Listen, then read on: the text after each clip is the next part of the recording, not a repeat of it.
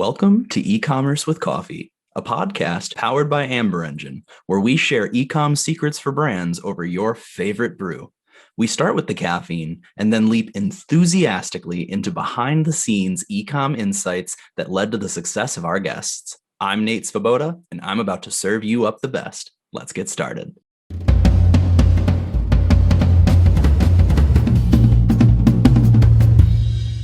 Welcome to today's episode of E-commerce with Coffee. In this conversation, we get to speak with Will Laurenson. He is the founder of Customers Who Click, also an avid podcaster, and he's a customer experience and conversion rate optimization expert, specifically, consulting with D2C brands and helping them succeed.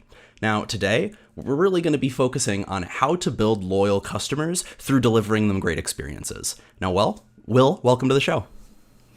Hi, thanks for having me. Awesome. Really excited for the conversation today. Now, I know we were just chatting about this and joking a second ago. I imagine caffeine's got to play some type of role in your life. Is that fair to assume? Yeah, I've got a coffee at the moment in my my kind of thermos, whatever, like insulated mug. Do you do Do you do anything to your coffee? Do you just drink it straight? Are you a hot guy? Hot coffee, cold coffee? A little bit of milk. Yeah, hot. I think cold coffee's not as big a thing over here as it is in the States. Not unless you go to Starbucks or something. It's just hot coffee, a little bit of milk. That's it. Nice and simple. Yeah. Gives me that hit I need. Yeah, no, exactly. It is nothing feels better than that first sip of coffee in the morning, right? Just that little that jolt that shoots through you. Awesome. I have actually started using this tea actually, which is like an energized tea, so I don't get as much caffeine. It's something like 14 milligrams of caffeine. Is it like I think a coffee's like 200 or something. Is it like a green tea or a black tea or?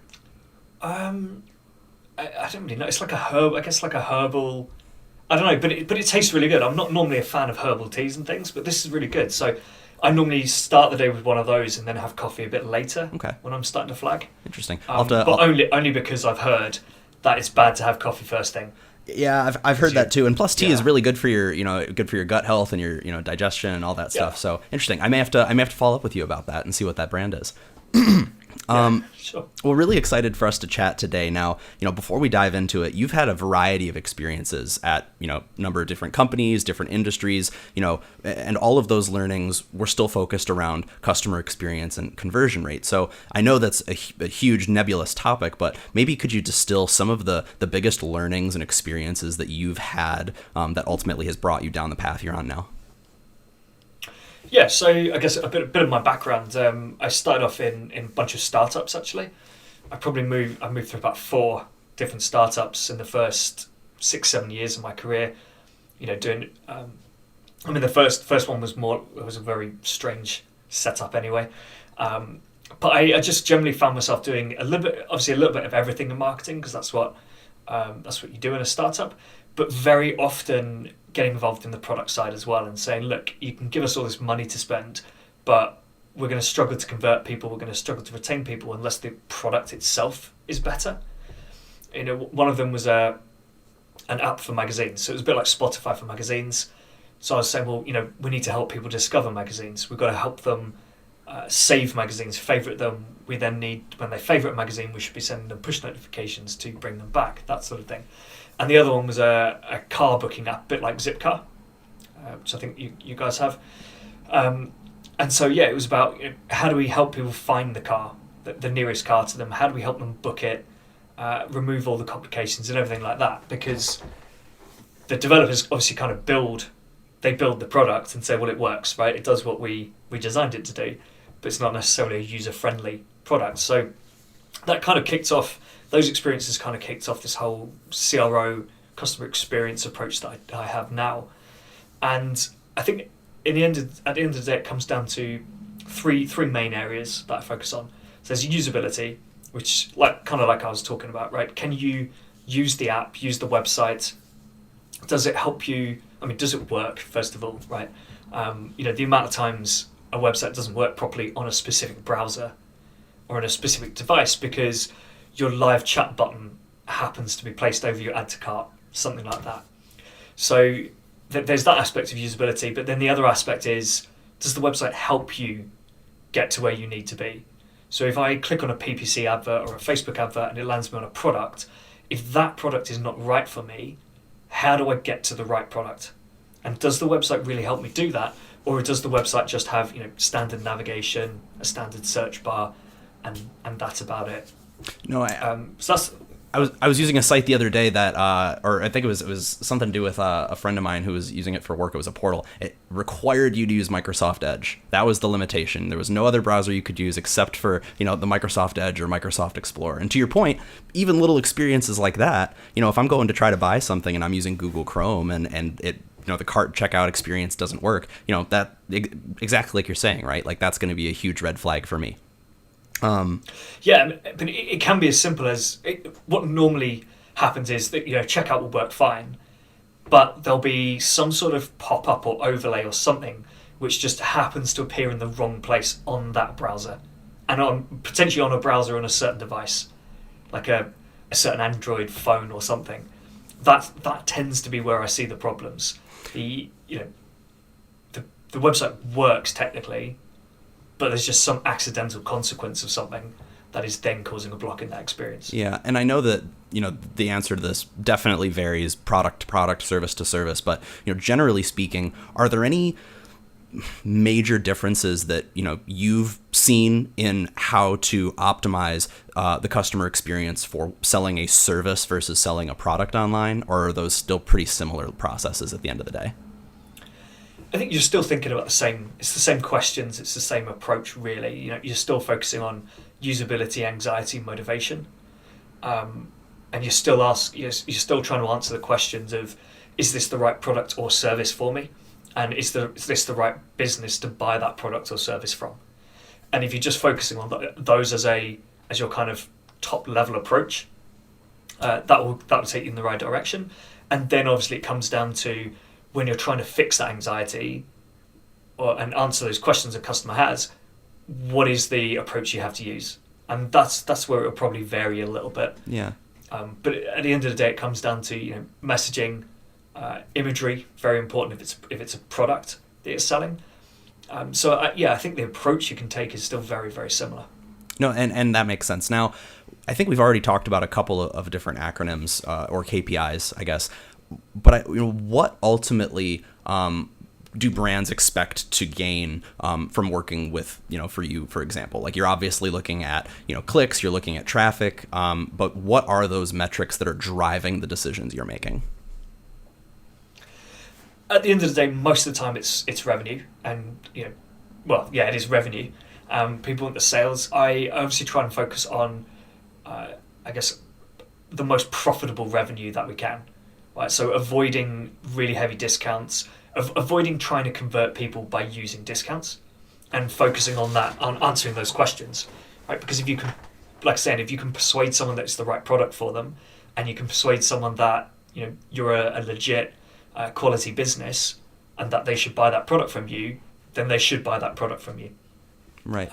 You can reduce some of the risk with free returns policy. You might do free shipping if it's over a certain threshold. And one thing I'd recommend is offering a discount in exchange for data. So getting people to answer some questions as part of that email capture, not just first name and email, because that doesn't really tell you anything, but asking someone a question that is relevant to your business and will allow you to communicate to them in a way which should then convert them. So that might, you might be saying, what category are you interested in? If it was something like Netflix, for example, when you first log in, if they ask you, what are your favourite TV show categories, or what genre of movie do you like, you select those, and then what they should be doing is placing those sort of movies in front of you, because that's the stuff that's going to get you to engage, particularly in that trial period. Right. So it's a similar thing with the questions you should be asking at this email capture. No, absolutely. People have always said that consumers want choice, and that's true to a point, but I would argue, and I feel like I've heard other people say this, consumers don't necessarily want more choice, they want better choice, right? They want things that are applicable to them, that are relevant, that they would actually want. And plus, gathering those data points, it allows you to more effectively target, or provide them recommendations in the future, right? And one thing I know I've heard you talk about a lot, and I think a lot of brands and e-commerce folks don't talk about this enough, is customer lifetime value, right? You're bringing somebody in, but then what does that relationship look like post-purchase and down the road? I guess I'll pause there. When you think about lifetime value and trying to improve that, what are some of the decisions that you're making based on that metric, based on that more long tail? Yeah, so obviously we're focusing on retention, really. You can get, sometimes you can get an indication from that first purchase, but it's rare and it changes and situations change. I remember speaking to, we have a furniture company here called Oak Furniture Land. Unsurprisingly, a lot of their products are oak, wooden furniture. It's really nice stuff, actually. And what they found in the pandemic was, because obviously their stores closed during lockdown, they found that a much higher percentage of their first purchases were very low value. Normally just people would be buying a side table or a coffee table or something that's a bit lower value, so that they could check out, do I actually like this stuff? Get it into the house. Do I like this stuff? Then they would come back and make that £2,000 purchase of a new dining table, chairs, maybe something else. But previously, I guess what they had experienced was that initial small purchase didn't need to happen, because people would go into the stores to actually see the stuff and check it out. Okay. And get convinced there, and then they're happy to just place the order. Right. No, and yeah, so, because there's a lot less risk in making that first initial purchase, right? Yeah. So that's something that changed for them, which is why I say you can't really get an idea of that first purchase, right? And even without that experience of wanting to check something inside, you might get someone who comes to your website and spends £1,000 or $1,000 in their first purchase. They're just happy to buy anything, but they never come back. Yeah. They might have. It could be that they've just bought everything they need and they're happy, they're done. It could be that they actually have a bad experience, and so they've bought the stuff. They go, well, actually, it's not as good as I thought it was going to be. I'll keep it, whatever. But they don't come back. And also, you might get someone who makes a $20 purchase as their first purchase.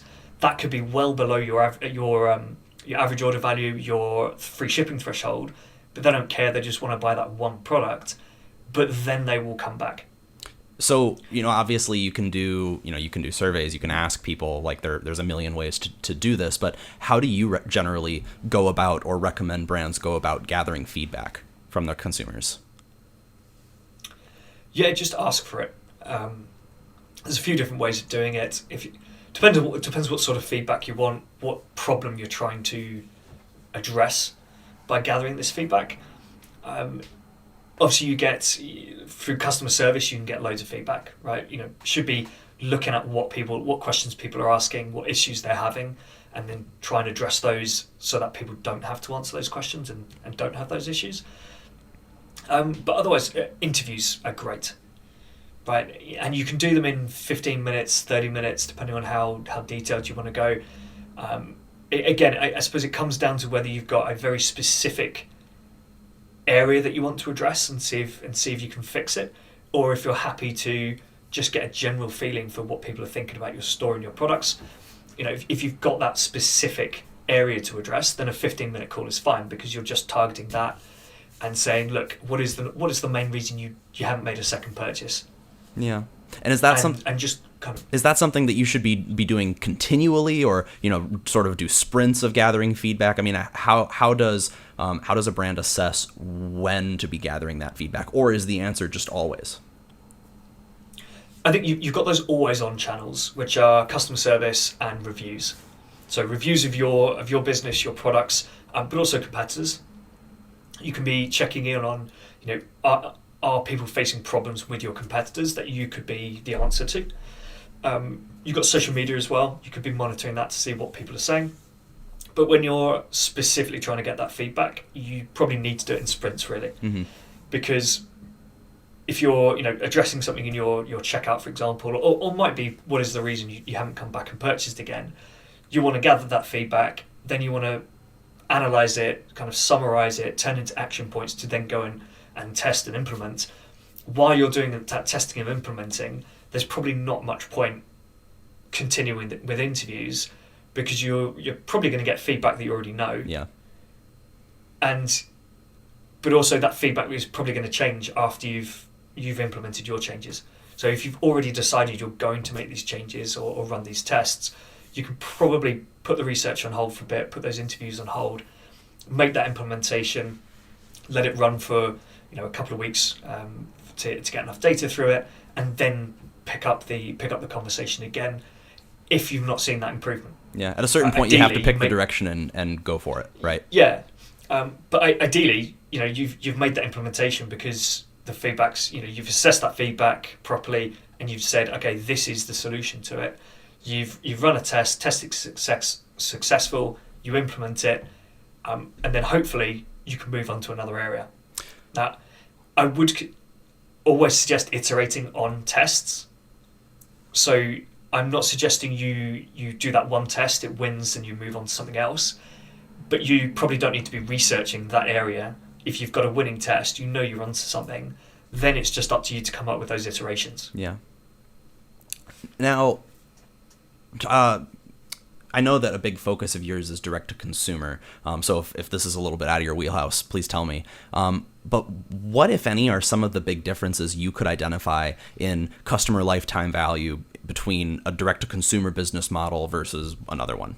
Whether, any of the variety. Yeah, I'm not sure how to answer that. What sort of thing are you looking for here? No, absolutely. I guess based on the companies that you've worked with previously, I wasn't sure if some of them were maybe less direct to consumer focused. I guess I was just thinking you have business to business, B2B2C. I was just wondering, but I guess if it's a little bit out of there, then that's totally fine. Everything I do tends to be D2C, mm-hmm. E-commerce. So one of my clients at the moment does have stores. They have their own stores. At the moment, I don't believe there's any link up, and I don't get too involved in it because my focus with that client is conversion rate optimization on the website. Yep.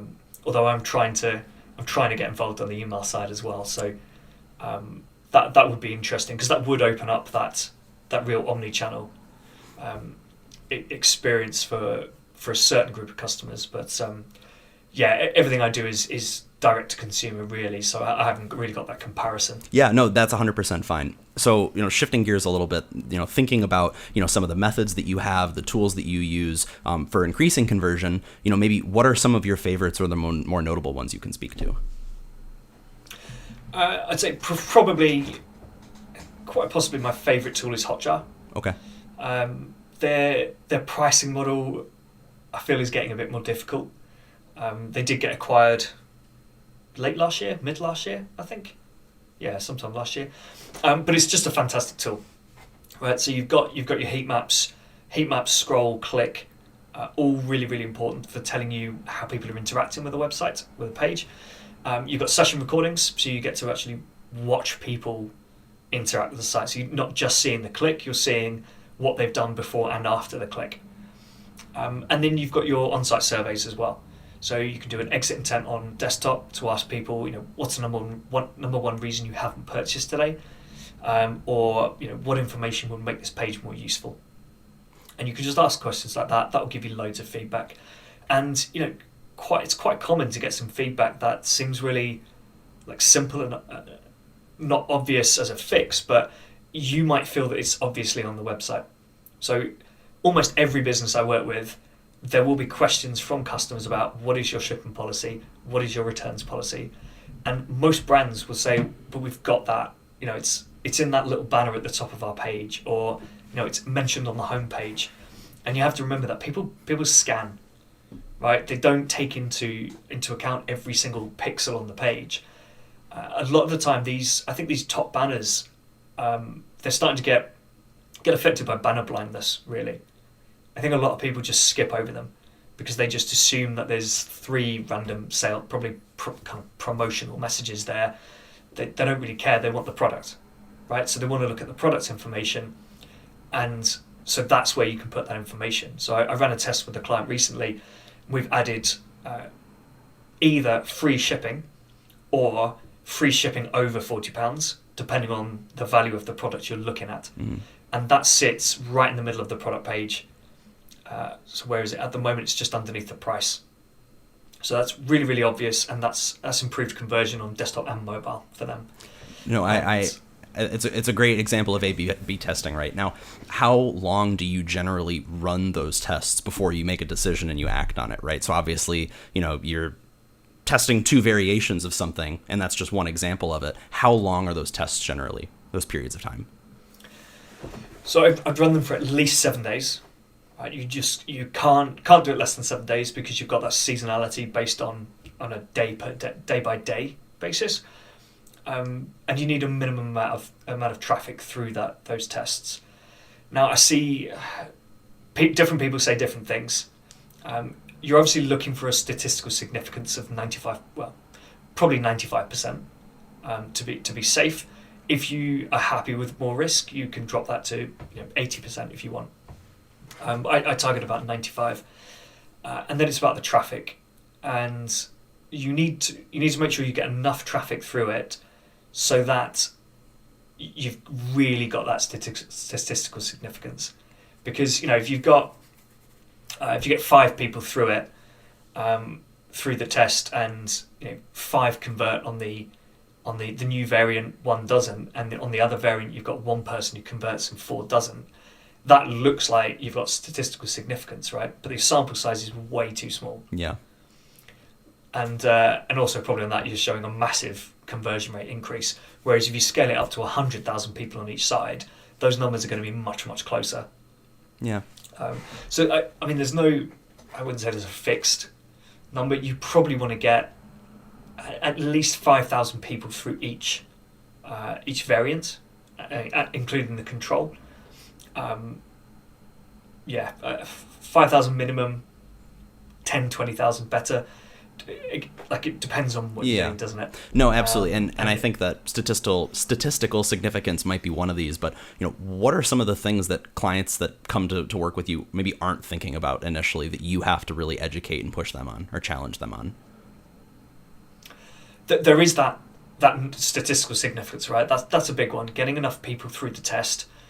And one big issue I see is people ending tests too early because they think they're seeing a positive or negative result, and it might be showing I've seen tests where, in fact, we had a positive result of about plus 15% for ages, and it was looking like it was a winning test.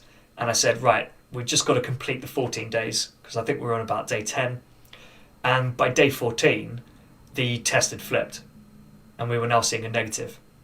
So we ran that for another week just to confirm it, and it was a negative result. Right, but if we'd ended that test after 7 days, or even after 5 days, or whatever, or 10, we would have thought there'd be a positive impact from that test, but it would have lost the client money. So that's why it's important to make sure you get the numbers through the test and not end it too early. No, absolutely, and in a lot of cases, maybe less so in this instance. There's lagging indicators, right? So if you make a call too early, you potentially miss out on the positive outcome, or obviously there can be negative outcomes to that as well. I think another thing I want to mention is you've got to look at that whole journey as well. Depending on, so a lot of tests you will be doing it on conversion rate because that's the end result you want, but particularly with sites with lower levels of traffic, if you want to run tests a bit quicker, you could be looking at something like add to cart. Right? Is this test improving the number of people who are just adding the product to cart? And if that's having a positive impact, then you should see a positive impact on your conversion rate as well. Yeah. Unless you've got some hacky, misleading way of getting people to add to cart. But if you're doing it genuinely, if you're doing it properly, if you get more people to add to cart, your conversion rate should improve. No, absolutely. And then there's you said lagging indicators, but it's the post-purchase as well. That's another area to look at, both for returns. So if you've improved conversion rate, do you also see an increase in returns? And this could be for anything, right? You could be changing images, you could be changing copy.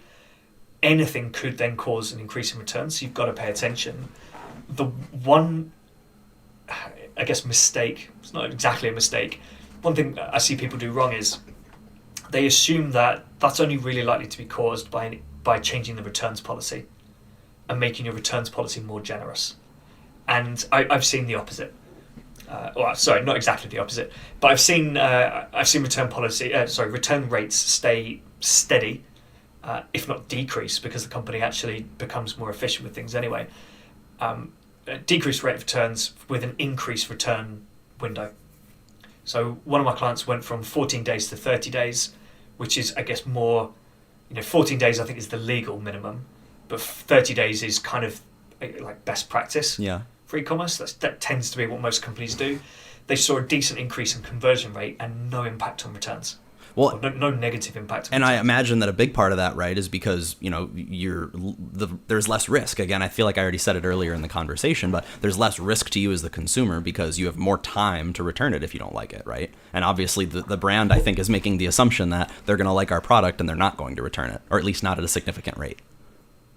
Yeah. So you've got the lower risk for the customer. They know they can try the product out. They've got time to try it out, and then they can return it if they don't like it. But what people need to remember, and this is where the kind of pushback comes in increasing returns. Customers are not buying with the intention of returning, so they don't see that 30-day return policy and go, "Oh, excellent! I can try it for 30 days and then return it." They're thinking, "I want this product. I want to buy it, but if I need to, I can return it." Yep. Right. Okay. You might maybe in fast fashion, you probably do get a bit more of that if you're more generous. Because people tend to buy more knowing that they will return it in fast fashion. But most other products, they're buying it because they genuinely want this product to help them and to solve an issue. And having a good returns policy just makes it easy, right? I know I'm sending about 4 things back to Amazon at the moment. Just because they're just not quite right. Yep. They're just not, I bought a standing desk recently, but it was one of the ones that sits on top of a desk. Mm-hmm. It's not a separate desk. And it was just too big. It took up way too much space on the desk. And also, because I have a dual monitor clamp for my desk, and if I attached that to the standing desk wasn't able to fully lower. Oh, wow. Which meant there was just a little piece that got in the way, right? Which I hadn't thought about. And it meant I was almost permanently standing. So I pretty much had a week. Was it last week? Yeah, last week where I was standing the entire week, and that was tough. Yeah, I wouldn't recommend it. But yeah, the point is, I know I can return. I didn't buy it thinking I'm just going to test this out, and if I like it, I'll keep it. If I don't like it, whatever. Whatever.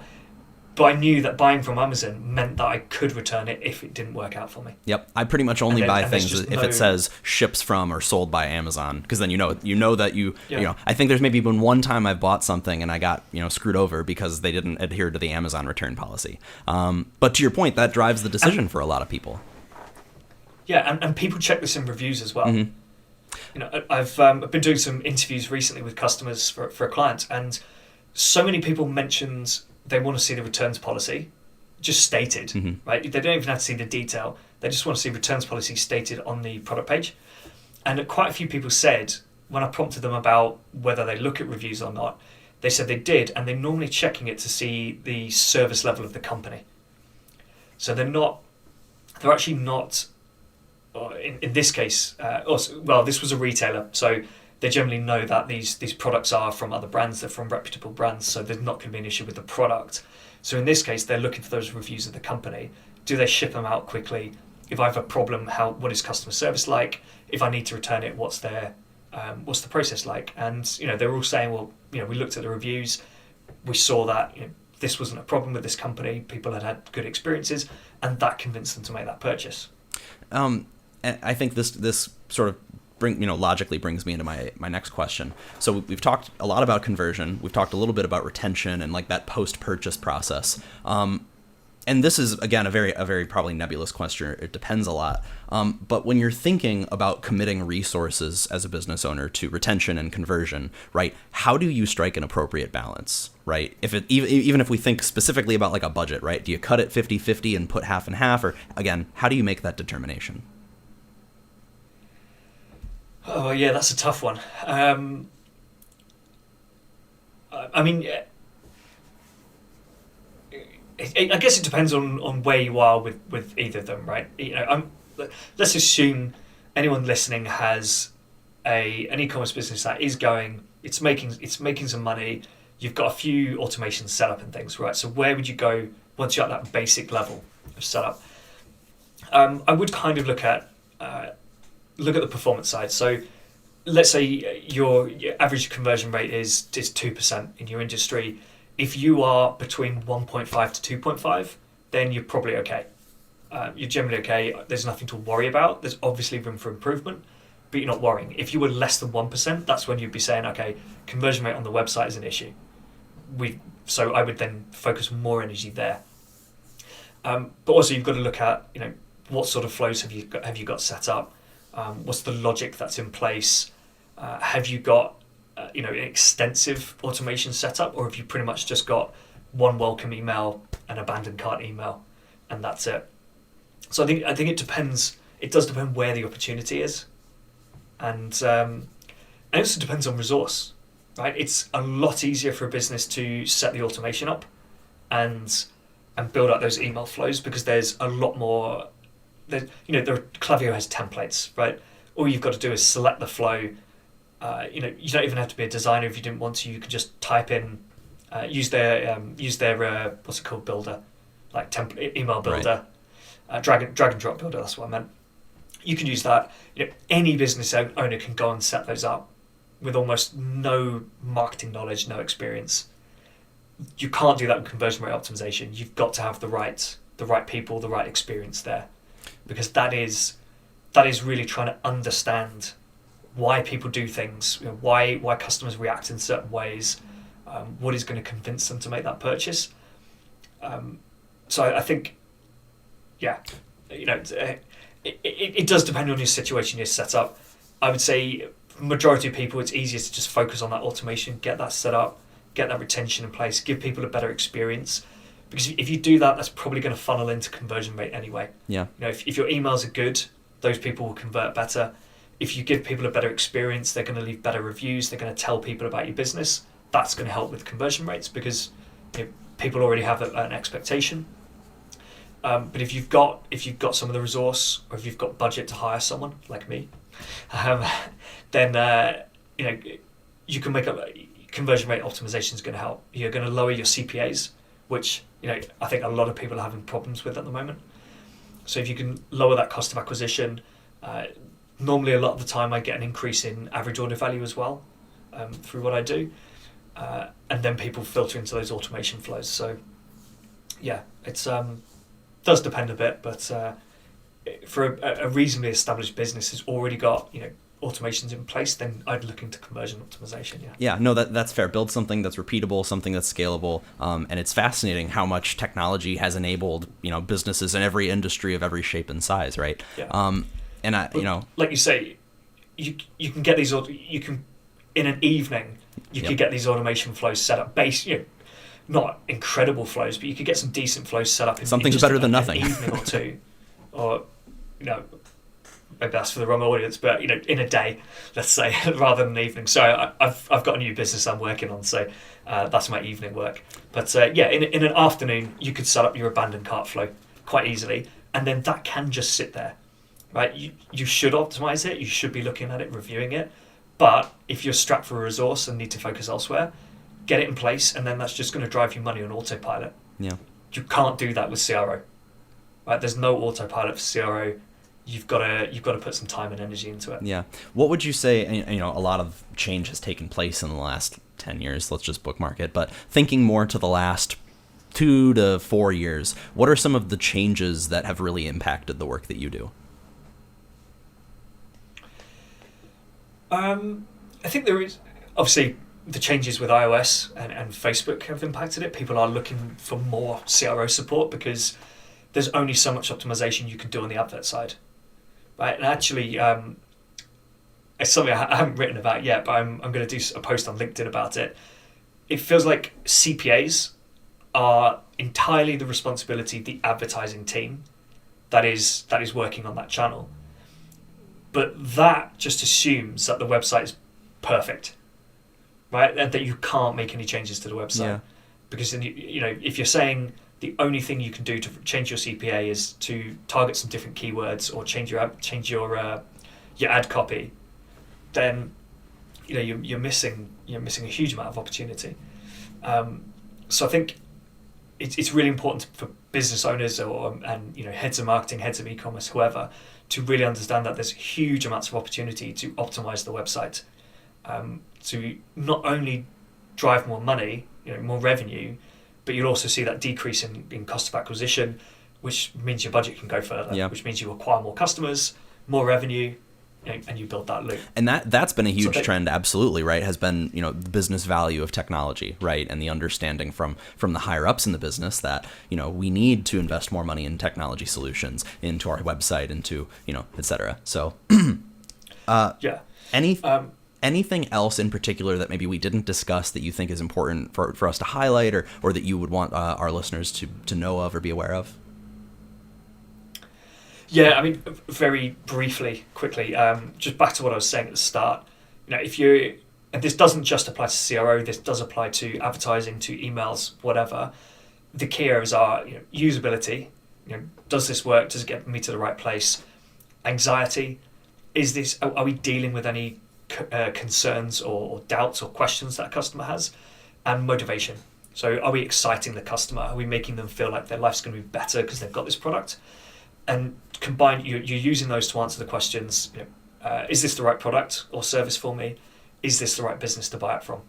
And if you approach everything with that attitude and with those in mind, you'll be able to make improvements everywhere. I love that. So those are the things I'll be focusing on. And if you do that, another added bonus is you can start ditching discounts, which is actually a webinar I did not too long ago about ditching the discounts. People don't buy because you give them a 20% discount. They buy because they want the product. And a lot of the time, you putting that 20% discount in front of them, it might get them to make the purchase there and then. It might bring forwards that purchase. But normally, I think what you find is you've either not convinced them beforehand, right? You've not convinced them that that's the right product yet. Or you're incentivizing it so much they just go, yeah, cool, whatever, I'll buy it, and if I don't like it, I can just, it's not a lot of money, or I can just return it or whatever. Yeah, I love some of the solutions out there that do, quizzes or chats to try and, actually understand what does this customer want, what are they interested in, and then to your point, rather than, hey, give me your email and you get 15% off, you get a landing page of products curated based on what it thinks you're going to like, right? I don't know, I love that. This is something I'm looking into a lot at the moment, doing a lot of work into like product wizards and quizzes, right? Because not only are you capturing all that data, which means you can feed it into your acquisition channels, you can feed it into your automation, but you're going to improve conversion, because when I answer those questions, what type of product am I looking for, or do I suffer from any of these conditions or pain points, whatever it might be, when you then say, okay, cool, based on what you've told us, this is the right product for you, I was thinking about this earlier today, actually. It's almost like a search function, right? Except I don't know what I'm searching for. But now I've found the right product. So it doesn't come across salesy. It's not it doesn't come across as the company saying, here's the product, go buy this product. It's the fact that because of your answers, you've identified that product as the solution. Yeah. Which makes a big difference to the way people are thinking about it. And so you're much more likely to sell the products. And it gives you a much easier opportunity to do bundles if your business is kind of built for them. So, that tea I was talking about at the start, they do a discovery bundle, actually. And obviously, as a discovery bundle, that's a bit different because that's like a sample thing. But it'd be really easy for them to say, answer these 5 questions, and we'll put together a tea routine for you. And then they can say, because all their teas are like energize, calm, sleep, focus, maybe, all targeted, those sort of things. So they'll be able to say, well, what we recommend is taking one energize, with your breakfast, and that'll get you going for the day. And then you can have your coffee in the day, in the later in the morning or in the afternoon. If you're feeling stressed at all during the day, maybe after lunch, whatever, have a calm. to like kind of resettle you for the afternoon, and then before you go to bed, have a sleep. And just put those three in front of me and say, this is your bundle. Do you want to subscribe to it, or do you want to buy it once? Yep, it's so consumer like I said, consumers don't necessarily want more choice; they want better choice, right? They want something that they're going to like and is applicable and relevant to them. Yes, and so that's another thing I was going to mention earlier. I can't remember the stats, but I read a report that was written a few years ago now, probably maybe about 10 years old now. Consumers like customization, but they particularly like customization where the company has input into it. So they don't want to customize from scratch. They want to be able to say, this is what I'm looking for. This is, this generic product doesn't do it, but if I can change that for this, then it's fine. Mm-hmm. That works really well. So that's where these product wizards come in as well, because while they're not customizing it exactly, the customer is having a say, but they're having a say from a set of preset choices and offerings. Yeah. And so that that's something that works really well with for conversion. I've got a client who is they build custom PCs, and what we're finding is that people they don't want the complete customization from scratch. They don't want to have to pick every single little component, because a lot of them they don't really understand, and they don't understand how a processor interacts with a GPU. So they don't know whether to spend more on one, more on the other, whatever. So what they want is to be able to say, I want a mid-range gaming PC at this price. And we go, cool, here's the one for you. But you can configure it if you want to. Mm-hmm. And you still give them that full configuration, but they might just say, oh, I just want one level up on the graphics card. Yeah. And I'm happy to spend an extra 250 quid for that. But it's that level of, I can customize it for me, so it's right for me, but I'm not having to do all the work. Yeah. Don't want to, absolutely. You don't want to have, I want to be able to say, I want this couch. I wish it could be red. Okay, if it's red, I can buy it, right? Even just minor tweaks like that. Yeah. No, absolutely. Exactly. This is great. I feel like we could go down so many rabbit holes here. But so for the sake of our listeners, where can you have a great podcast? Where can they listen to your show and learn more from you? Or if they wanted to get in touch with you and maybe talk more about your services, where can our listeners find you? Yeah, so the podcast, Customers Who Click podcast, it's on iTunes, Spotify, everything, probably everywhere that this podcast is. Best way to contact me is on LinkedIn. You could drop me an email, will@customerswhoclick.com, but yeah, find me, Will Laurenson, on LinkedIn. I've got a beard, so I'm reasonably recognisable on there. I post loads of content on there, so I do share the podcast on there. Share loads of tips, advice around conversion rate optimization, customer lifetime value, retention, and I'm pretty responsive to messages on that. Awesome, really cool. Well, I really, really enjoyed the conversation today, and I look forward to having you on for future interviews.